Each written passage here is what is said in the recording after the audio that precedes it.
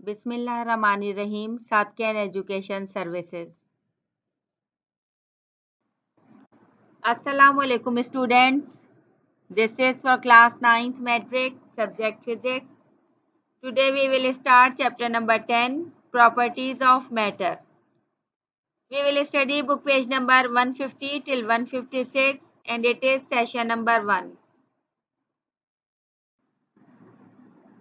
Now first of all we will see what is matter.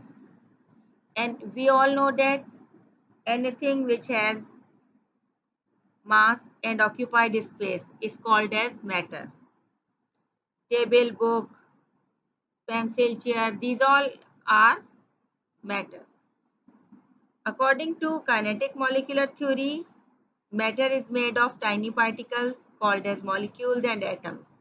हमें मालूम है कि मैटर के मॉलिक्यूल्स वो सब कंटिन्यूस रैपिड मोशन में होते हैं. इसके अलावा सॉलिड, लिक्विड और गैस स्टेट्स के दरमियान का जो डिफरेंस है वो मॉलिक्यूल्स के दरमियान डिफरेंस पर ही डिपेंड करता है.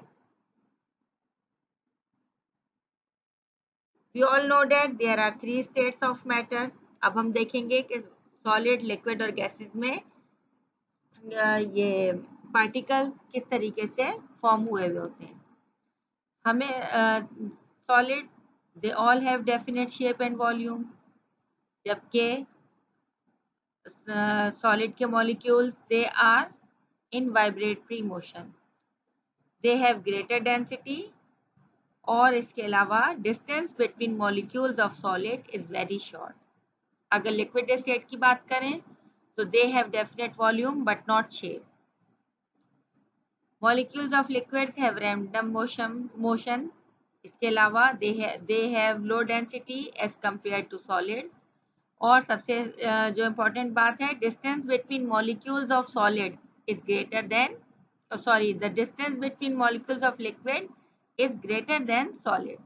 जाहिर है मॉलिक्यूल्स के दरमियान डिस्टेंस ज़्यादा है, जिसकी वजह से वो स्टेट लिक्विड स्टेट है और वो आसानी से शेप चेंज कर लेती है. गैसेस की बात करें तो they do not have an definite shape and volume. Molecules of gas moves in a straight line. They have very low density as compared to solids and liquids. इसके अलावा molecules का जो डिस्टेंस है gases में वो भी बहुत ज़्यादा है सॉलिड्स और लिक्विड के मुकाबले में. चौथी स्टेट ऑफ मैटर भी है जिसे प्लाज्मा कहा जाता है. What is plasma? The state of matter in which we have an ionized gas that is called as plasma state.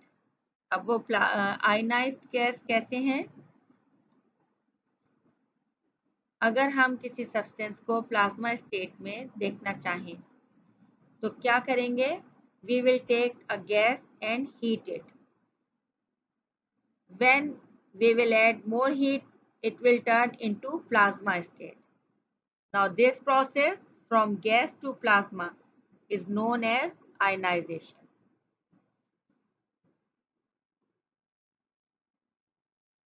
इसके अलावा जब हम किसी गैस को हीट करेंगे वेरी हाई टेम्परेचर पे, तो some of the electrons of this atom gas atoms will be stripped away from the atoms and we will have ions with positive charge, and these are the atoms which lost electrons. और इस तरीके से हमारे पास plasma state आती है. Plasma state में gas जो है वो अच्छा न्यूट्रल स्टेट में gas will not conduct electricity, लेकिन प्लाज्मा स्टेट में इट विल कंडक्ट इलेक्ट्रिसिटी, जिसकी एग्जाम्पल हमारे पास नियन साइन की है. सन, उस पर हाईली आयनाइज्ड गैसेज हैं. इसके अलावा हमारे पास फायर और नियन साइंस की एग्जाम्पल्स हैं. Our first property which we will study is elasticity. First of all, I will give you an example. If we apply a force to pull rubber band, it will stretch. When the force is removed, the rubber band comes to its original position, and this behavior of any body is called as elasticity. The property of body which tends to regain their actual shape or size after the removal of applied force, deforming force. For example, spring, elastic and rubber band, they all possess elasticity. अभी हमने इसकी example दी थी कि अगर एक rubber band को हम force apply करें तो वो स्ट्रेच होगा और वो फोर्स हटाने के बाद वो रबर बैंड अपनी ओरिजिनल पोजीशन पे वापस आ जाएगा. तो इस बिहेवियर को हम इलास्टिसिटी कहते हैं. What is deforming force? The force that has been applied on the bodies to change their shape or size is known as deforming force. हमने इस रबर बैंड पे फोर्स अप्लाई की ताकि वो स्ट्रेच हो जाए, लेकिन अगर हम ये फोर्स अप्लाई करते ही रहें तो एक वक्त आएगा कि वो रबर बैंड अपनी पोजीशन को, अपनी शेप को खो देगा और टूट जाएगा. That force is called as deforming force. What is elastic restoring force? अब इलास्टिक रिस्टोरिंग फोर्स क्या है कि हर बॉडी पे जिसके अंदर इलास्टिसिटी है और हम उसके ऊपर फोर्स अप्लाई कर रहे हैं, तो उसके अंदर एक ऐसी रिएक्शन फोर्स या इंटरनल फोर्स ज़रूर एग्जिस्ट करती है जो कि उस बॉडी को अपनी एक्चुअल शेप या साइज पर वापस लेकर आती है जब हम वो डिफॉर्मिंग फोर्स हटा देंगे. इसकी एग्जाम्पल लें अगर हम, तो एक वुडन मीटर रॉड है हमारे पास, हमने उसको फोर्स अप्लाई की दोनों एंड्स पर उसके, तो वो एक आर्क की शक्ल में आ जाएगा और जब हम उस फोर्स को हटाएंगे तो वो मीटर रॉड वापस स्ट्रेट हो जाएगा और ये कहलाया जाएगा कि हमने डिफॉर्मिंग फोर्स अप्लाई की थी. डिफॉर्मिंग फोर्स हटाने के बाद वो वुडन मीटर रॉड वापस स्ट्रेट हो गया. किसकी वजह से? इलास्टिक रिस्टोरिंग फोर्स की वजह से वो मीटर रॉड वापस अपनी ओरिजिनल पोजीशन पर आ गया. इसके बाद हम बात करें इलास्टिक लिमिट की, तो क्या है? Maximum applied force due to which elasticity और elastic property of the body vanishes और remove is called as elastic limit. अब अगर हम एक वुडन मीटर रॉड को फिर दोबारा से बेंड करें और वो एक आर्क पोजीशन पर ले आए उसे, तो क्या होगा कि एक हद तक फोर्स अप्लाई करने पे वो वुडन मीटर रॉड अपनी ओरिजिनल पोजीशन को बरकरार रखेगा, लेकिन एक ऐसा सर्टेन स्टेज आएगा जिस पर वो वुडन मीटर टूट जाएगा. इसका मतलब क्या हुआ कि हम उस वुडन मीटर रॉड की इलास्टिक लिमिट तक पहुंच गए थे और उसको हम कहते हैं कि such maximum force applied by a body to oppose every deforming force is called as elastic limit.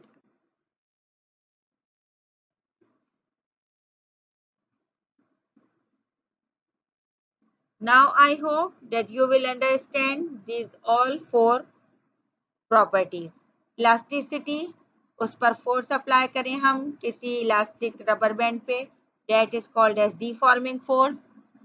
और वो इंटरनल फोर्स या रिएक्शन फोर्स जो कि उस रबर बैंड को फोर्स हटाने के बाद अपनी ओरिजिनल शेप में ले आती है, that is called as elastic restoring force. इसके बाद इलास्टिक लिमिट क्या होती है कि एक हद तक तो रबर बैंड स्ट्रेच होता है, के बाद वो टूट जाएगा फोर्स अप्लाई करते रहें अगर, तो that is called as its elastic limit. I hope you will understand these all four properties. What is stress? When a force is applied to change the length, volume or shape of a body, the magnitude of this deforming force per unit area is called as stress. अब अगर हम बात करें उसी अपने rubber band की, तो जब तक हम उस जो मैग्नीट्यूड ऑफ फोर्स हम उस पर अप्लाई कर रहे हैं per unit area, that is called as stress. या एक मीटर रॉड को हमने बेंड किया था, आर्क को बनाया था उसका, तो वो फोर्स जो हमने उस पर अप्लाई करी आर्क बनाने के लिए, that is called as stress.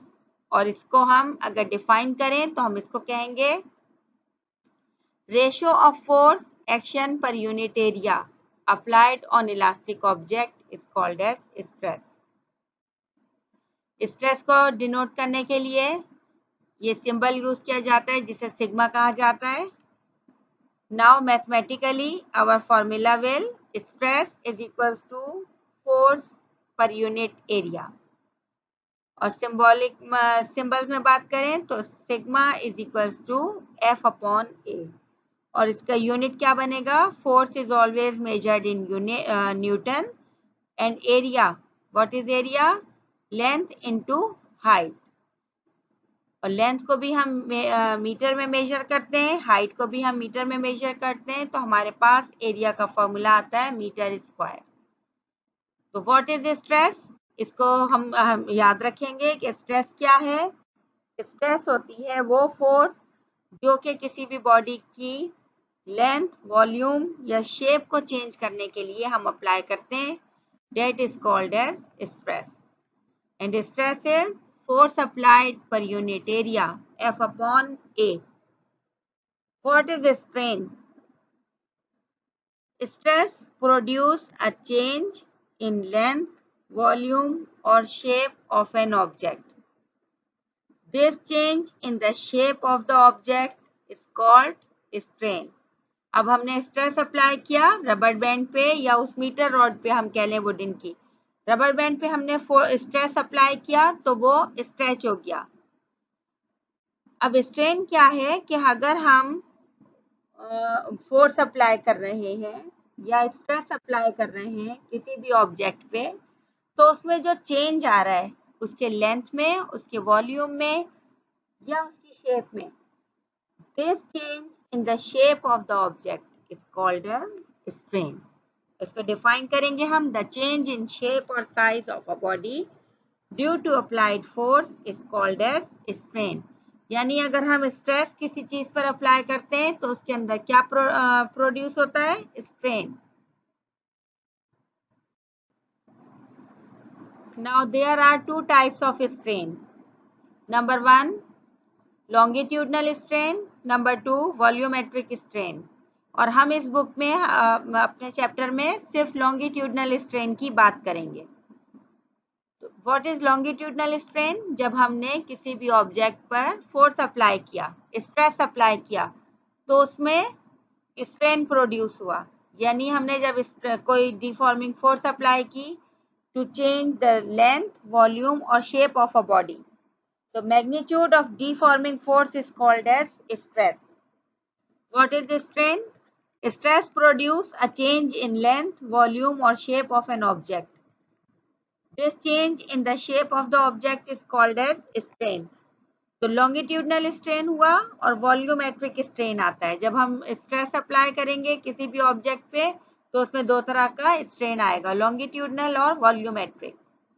ठीक है, इसे याद रखेंगे। नंबर 1 लॉन्गिट्यूडनल स्ट्रेन क्या है? Change in length per unit original length of a body is called longitudinal strain. Longitudinal strain क्या है? If a stress produces change in length, then the strain is called longitudinal strain. यानी हमने stress apply किया किसी भी object पे, stress apply करने पे उस ऑब्जेक्ट की लेंथ में चेंज आएगा तो वो कहलाया जाएगा longitudinal strain. What is longitudinal strain?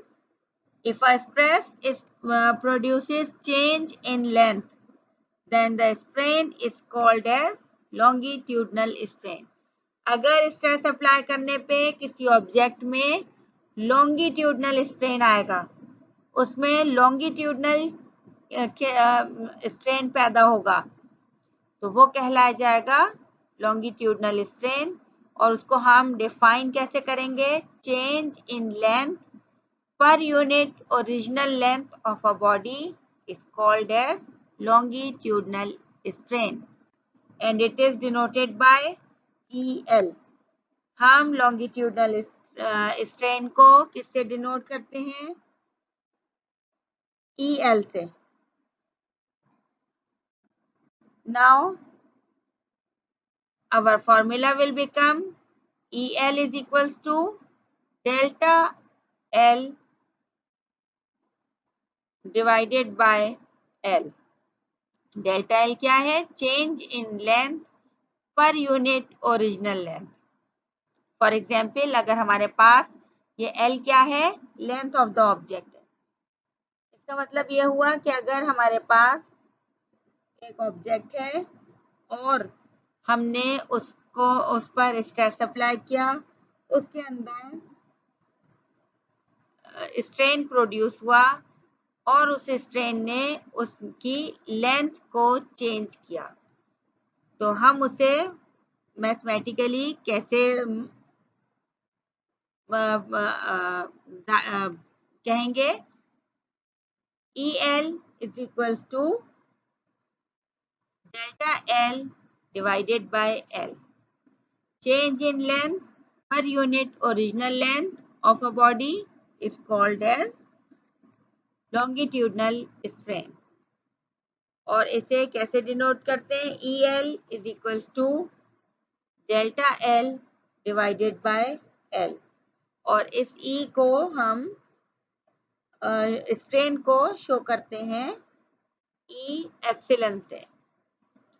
इसका कोई यूनिट नहीं है. क्यों यूनिट नहीं है? क्योंकि डेल्टा एल भी हम मीटर में मेजर करते हैं और लेंथ को भी हम मीटर में मेजर करेंगे, तो इन दोनों का यूनिट जो है वो कैंसिल कर देगा मीटर मीटर को. हमारे पास ये अमाउंट जो है ये यूनिटलेस होगा. स्ट्रेन कितनी तरह का होता है? स्ट्रेन कितनी तरह का है? 2 तरह का. लॉन्गिट्यूडनल हमने देख लिया. अब आइए वॉल्यूमेट्रिक स्ट्रेन पे. Change in volume per unit original volume of a body is called volumetric strain and it is denoted by epsilon V. V for volume,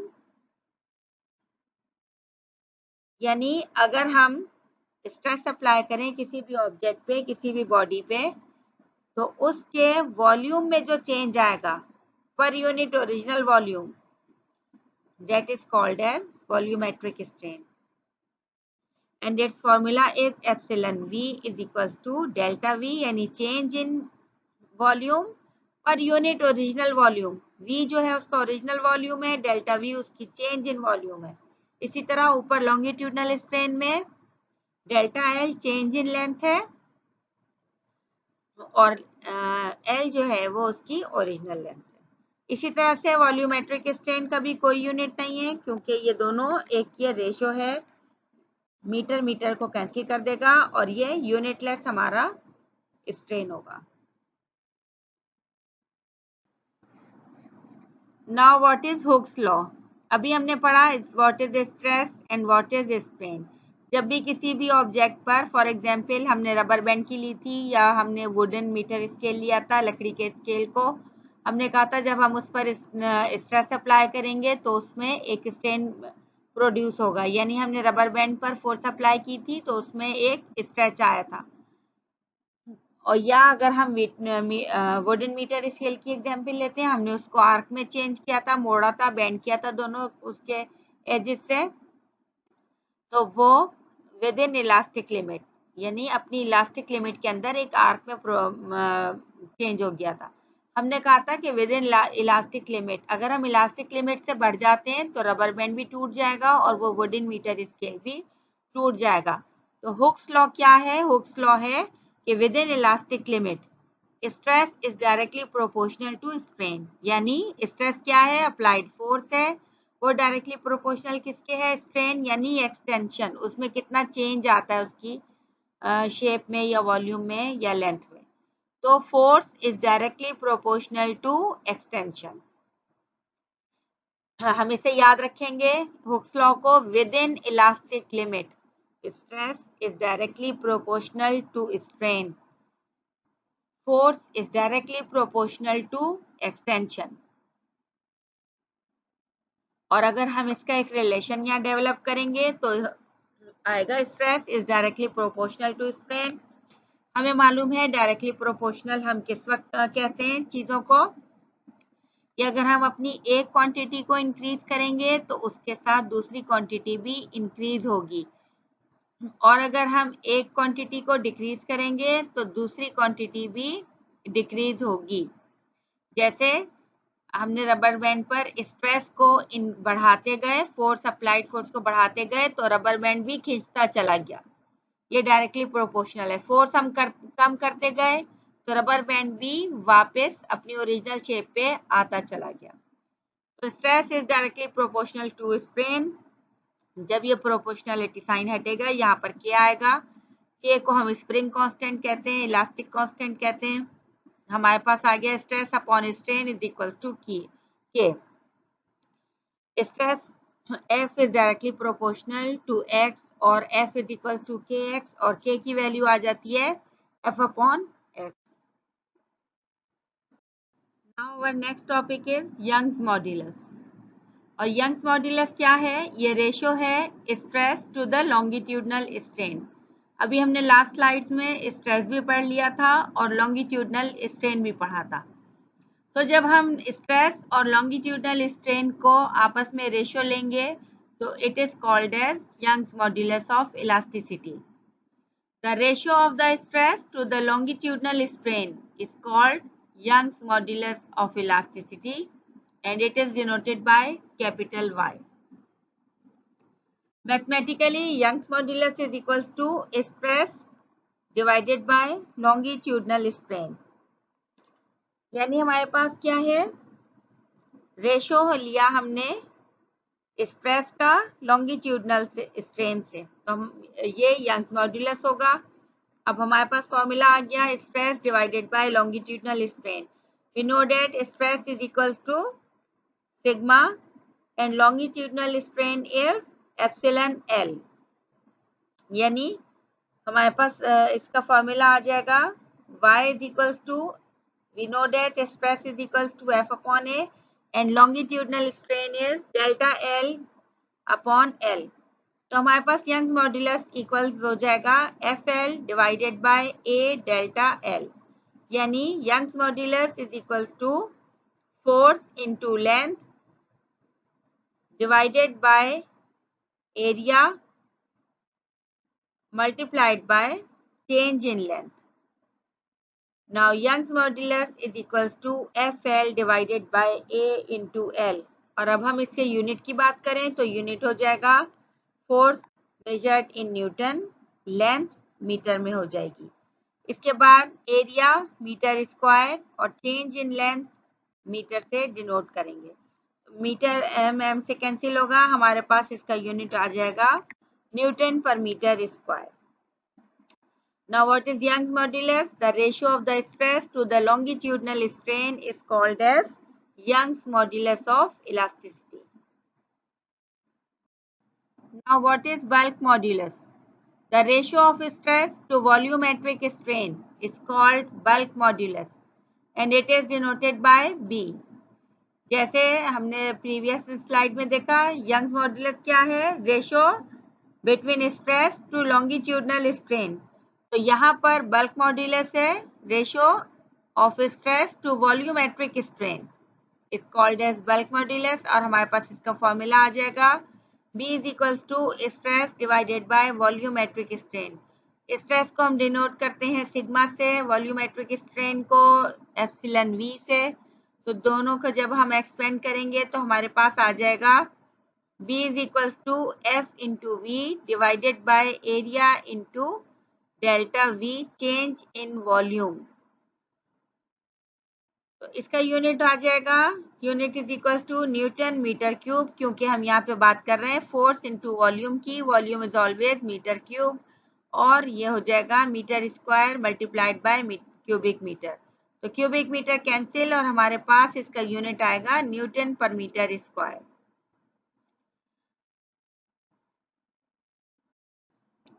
Our next topic is comparison of elasticities of two substances. A body is said to be more elastic if it retains its elasticity on the application of a large external force than a body which loses its elasticity at a lesser external force. अगर हम दो substances की इलास्टिसिटीज का comparison करें तो हम किस substance को मोर इलास्टिक कहेंगे? वो सब्सटेंस जो कि एक लार्ज एक्सटर्नल फोर्स को बेयर कर लेगा, that is more elastic than the substance which loses its elasticity at a lesser external force. हम बड़ी फोर्स अप्लाई करें और एक सब्सटेंस वो उस फोर्स को बेयर कर ले तो वो मोर इलास्टिक होगा देन द सब्सटेंस जिस पर हम कम फोर्स अप्लाई करें और वो उसके बाद भी उस स्ट्रेस को बर्दाश्त न कर सके तो वो लेस इलास्टिक होगा. इसकी बेस्ट एग्जांपल हम कैसे ले लें कि अगर हम दो स्केल लें, एक वुडन मीटर स्केल है और एक मेटेलिक स्केल है, और हम दोनों को फोर्स अप्लाई करके एजेस पर उनको बेंड करना शुरू करें, आर्क बनाना शुरू करें, तो एक हद पर पहुंचकर एक जो इलास्टिक लिमिट तक पहुंचकर मीटर जो वुडन स्केल है वो ब्रेक हो जाएगा, टूट जाएगा. लेकिन एक बड़ी एक्सटर्नल फोर्स भी वो मेटलिक स्केल बर्दाश्त कर जाएगा और वो फोर्स हटाने पर वो अपनी ओरिजिनल पोजीशन पर वापस आ जाएगा. इसका मतलब ये हुआ कि जो सब्सटेंस ज्यादा बड़ी फोर्स अप्लाई करने पर अपनी इलास्टिसिटी को रिटेन करता है वो मोर इलास्टिक होता है. अब आइए इसका एक एक्सपेरिमेंट यहाँ पे किया गया है. वो क्या एक्सपेरिमेंट है कि दो इलास्टिक सब्सटेंसेस हमने लिए एक्स और वाई, और वो क्या है, वायर की शेप में है, और वो दोनों वायर आइडेंटिकल हैं इस तरीके से कि उनकी सेम लेंथ है. फॉर एग्जांपल हमने उनको 1 सेंटीमीटर का कह दिया या 5 सेंटीमीटर का कह दिया, सेम लेंथ है और उनका same area of cross section है. Same area of cross section यानी अगर हम उस तार को तोड़ें तो वो जो उसका गोल दायरा हिस्सा है वो उनका same area of cross section होना चाहिए.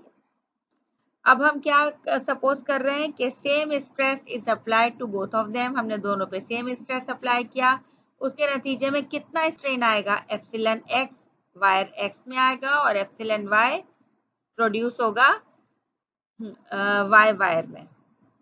उसके बाद ई एक्स और ई वाई जो है वो उनके इलास्टिसिटी के मॉड्यूलाई हैं. Now by definition we know that moduli of wire x E is equals to stress पर या stress divided by epsilon X, यानी एक्स वायर में कितना स्ट्रेन आ रहा है, इसी तरीके से moduli of Y wire is equals to stress divided by epsilon Y. हमें पता है यहाँ पे सिग्मा जो है ये स्ट्रेस अप्लाइड है और moduli of x divided by moduli of y क्या हो जाएगा हमारे पास? Stress divided by epsilon x और दोनों को हम मॉड्यूलाई ऑफ वाई लिखेंगे, stress divided by moduli of epsilon y इस स्ट्रेन इन वायर वाई. हमारे पास क्या बचेगा बाकी? जब हम इसको सिंप्लीफाई करेंगे हमारे पास आएगा strain in wire Y divided by strain in wire X. अब अगर हम यहाँ एज्यूम कर लें कि strain in wire x is greater than strain in wire Y, यानी एक्स और वाई वायर में से स्ट्रेन ज्यादा आया है वायर एक्स में, तो हमारे पास क्या है? हमारे पास है moduli of elasticity of wire x is less than moduli of wire y. तो हम इससे हम क्या एज्यूम करेंगे कि अगर एक बॉडी में स्ट्रेन जो प्रोड्यूस होता है वो जितना ज्यादा होगा, इसका मतलब ये है कि वो बॉडी उतना ही कम इलास्टिक होगी. और इन दो केसेस, इस केसेस में जब हमारे पास दो वायर्स हैं एक्स और वाई, हमने क्या देखा कि एक्स जो वायर है उसमें स्ट्रेन ज्यादा प्रोड्यूस हुआ. क्या कह रहे हैं हम एंड में? If strain in wire x is greater than strain in Y. इसका मतलब ये है कि स्ट्रेन वायर एक्स का ज्यादा है तो इसमें ये सब्सटेंस जो है ये कम इलास्टिक है, और जिसमें वायर वाई में स्ट्रेन कम प्रोड्यूस हुआ, इसका मतलब ये है कि ये मोर इलास्टिक है वायर एक्स से। और हमने जैसे शुरू में कहा था कि जिस सब्सटेंस में दो सब्सटेंस हमने लिए, जिस सब्सटेंस में लार्जर स्ट्रेन आता है जब हम उस पर स्ट्रेस अप्लाई करें तो वो सब्सटेंस जो है वो आपका वो लेस इलास्टिक होता है। जिस सब्सटेंस में लार्जर स्ट्रेन आएगा वो लेस इलास्टिक होगा, और जिस सब्सटेंस में स्मॉलर स्ट्रेन आएगा वो मोर इलास्टिक होगा। और हमने शुरू में यहाँ पे तो वायर की एग्जांपल्स ली है। हमने शुरू में एक वुडन स्केल और एक मीटर स्केल मेटेलिक स्केल की बात की थी। तो उस केस में जिसके ऊपर ज़्यादा स्ट्रेन आया था वुडन स्केल पे, तो वो स्केल हमारा लेस इलास्टिक है। Our next topic is Hooke's law applied to a helical spring. अब इस एक्सपेरिमेंट में हम क्या करेंगे, हम ये देखेंगे कि अगर एक हेलिकल स्प्रिंग हम एक सपोर्ट के साथ हैंग कर देंगे तो क्या हुक्स लॉ वहां पर अप्लाई होगा या नहीं। और हुक्स लॉ क्या है, अभी हमने पहले पढ़ा है कि stress is directly proportional to strain. इसका मतलब ये हुआ कि अगर हम किसी बॉडी पे 20 न्यूटन फोर्स अप्लाई कर रहे हैं, या हमने उसके ऊपर स्प्रिंग के साथ हमने कोई मास अटैच किया, तो जितना हम उसके ऊपर स्ट्रेस स्प्रिंग पर अप्लाई कर रहे हैं उसके ही डायरेक्टली प्रोपोर्शनल उस पर स्ट्रेन प्रोड्यूस होगा। Now let's start this topic. हमने एक हेलिकल स्प्रिंग को, अभी आप डायग्राम नेक्स्ट स्लाइड पे देखेंगे। Please draw the diagram with this experiment. हम एक हेलिकल स्प्रिंग के साथ उसको हेलिकल स्प्रिंग को हम सस्पेंड कर देंगे वर्टिकली एक सपोर्ट के साथ। उसके बाद हम एक ब्लॉक अटैच करेंगे उसके लोअर एंड पे। अब जैसे ब्लॉक अटैच करेंगे तो हम क्या देखेंगे कि उसमें स्प्रिंग, जाहिर स्प्रिंग है तो वो स्ट्रेच होगा। जैसे ही उस पर हमने मास अटैच किया, एक ब्लॉक अटैच किया, तो उस पर वो स्प्रिंग अटैच होगा, स्ट्रेच होगा। अब स्प्रिंग हमने कहा एक वर्टिकल, हमने उसको हैंग किया है हेलिकल स्प्रिंग को सपोर्ट के साथ, तो उसमें स्ट्रेच कहाँ होगा, वो डाउनवर्ड पोजीशन में स्ट्रेच आएगा। और थोड़ी देर के बाद, जाहिर है हेलिकल स्प्रिंग है तो मास अटैच करने के बाद वो थोड़ी देर के बाद वो रेस्ट पोजीशन पर आएगा, इक्विलिब्रियम कंडीशन में आएगा। अच्छा, इक्विलिब्रियम कंडीशन में आने के बाद यानी अब वो हेलिकल स्प्रिंग मूव नहीं कर रहा होगा, बिल्कुल स्टिल हो जाएगा। उस वक्त उस पर कौन सी दो फोर्सेस काम कर रही होंगी, you know that. Number 1 force of gravity that is always acting downward. Number 2 tension in the spring and it always works in upward direction. जैसे ही हमने हेलिकल स्प्रिंग के साथ एक ब्लॉक हैंग किया तो उसके ऊपर दो फोर्सेस ने, जब इक्विलिब्रियम कंडीशन में आ गया उसके बाद दो फोर्सेस ने काम किया। नंबर 1 फोर्स ऑफ ग्रेविटी जो कि उसको एक्टिंग डाउनवर्ड नीचे की तरफ खींच रही है।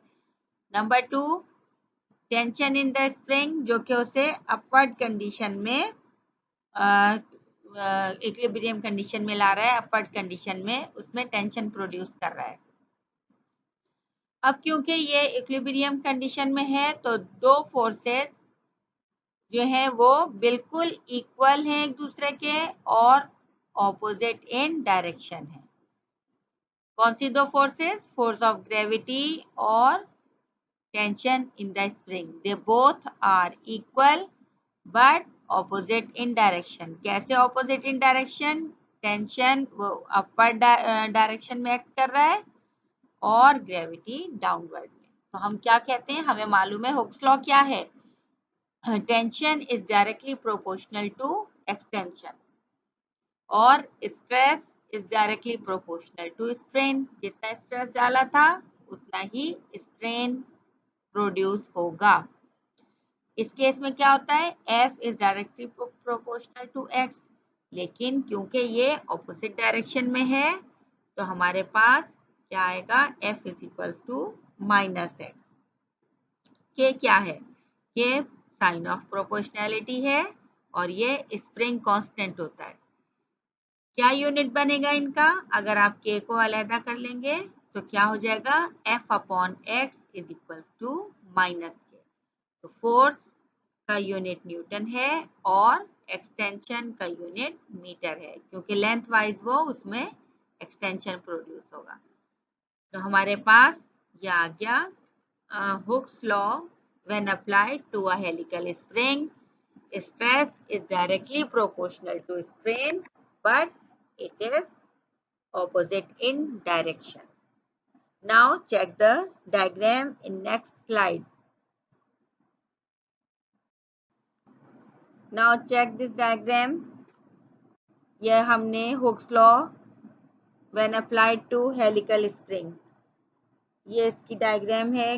आपने देखा सबसे पहले हमने क्या कहा था कि हमने एक हेलिकल स्प्रिंग लिया और उसको वर्टिकली हैंग किया। सेकंड डायग्राम जो सेंटर वाली है उसमें हमने मास अटैच किया उसके साथ। तो स्प्रिंग में हम चेक करेंगे स्केल पे, इसके साथ अटैच होता है स्केल, वहां पर कितना एक्सटेंशन प्रोड्यूस हुआ, 2 सेंटीमीटर। अब यहाँ पे दो फोर्सेस काम कर रही हैं। एक फोर्स काम कर रही है फोर्स F ग्रेविटी की, जो कि उसे बिल्कुल नीचे की तरफ अब डाउनवर्ड डायरेक्शन में पुल कर रही है, और डिस्प्लेसमेंट D जो कि टेंशन है इस केस में, और वो टेंशन उसमें कितना स्प्रिंग में आ रहा है, हेलिकल स्प्रिंग में 2 सेंटीमीटर इन्होंने शो किया है। Now what happen when we attach another block of same mass with this helical spring. हमने 4 न्यूटन का एक और मास अटैच कर दिया अपने हेलिकल स्प्रिंग के साथ। थर्ड डायग्राम देखिए ऑन योर राइट हैंड। तो क्या होगा, एक मास अटैच किया था 4 न्यूटन का, तो 2 सेंटीमीटर की डिस्प्लेसमेंट एक्सटेंशन आई थी। और अगर हम एक और 4 न्यूटन अब ब्लॉक अटैच कर रहे हैं तो टोटल फोर्स हो गई 8 न्यूटन, और उसमें डिस्प्लेसमेंट आ रही है 4 सेंटीमीटर की। It means that force is directly proportional to extension, hence our Hooke's law is verified. Now here is your homework. Question number 1, define these: elasticity, stress, strain and yield point. Question number 2, state and explain Hooke's law. Question number 3, what is meant by Young's modulus of elasticity? Question number 4, explain Hooke's law applied to a helical spring. Now learn and write these questions in your copy. Fill up your index properly and do this work neatly in your copy. Students, thank you. Allah Hafiz.